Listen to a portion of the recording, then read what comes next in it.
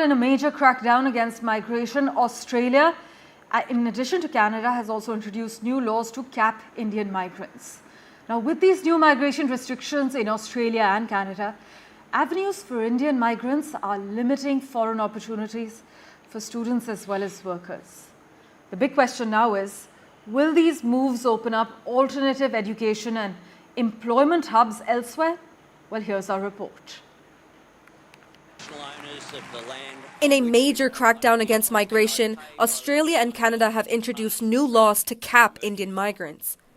In a bid to rein in record levels of migration that have increased house rental prices, the Australian government has announced to limit its foreign student intake to 270,000 next year.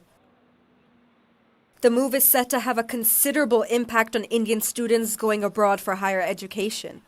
Government है वो students के बारे में इतना नहीं सोचती कि वो इतना बड़ा लोन लेते हैं। जैसे बाहर जाने के लिए पहले वीज़ा आता है, वीज़ा के लिए उन्होंने अप्लाई करते हैं तो लोन चाहिए होता है, एजुकेशन लोन। तो जो फाइनेंशियल लोन लेंगे हम, उस पर जो हमारी घर है, घर का लोन लेंगे, घर पे लोन लेंगे, किसी ना किसी पर लोन लेंगे।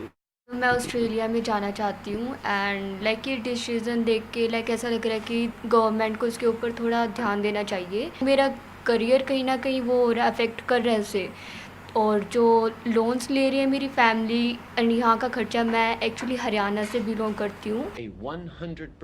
In an unprecedented move, Canadian Prime Minister Justin Trudeau has also announced to tighten the rules around the temporary foreign worker program.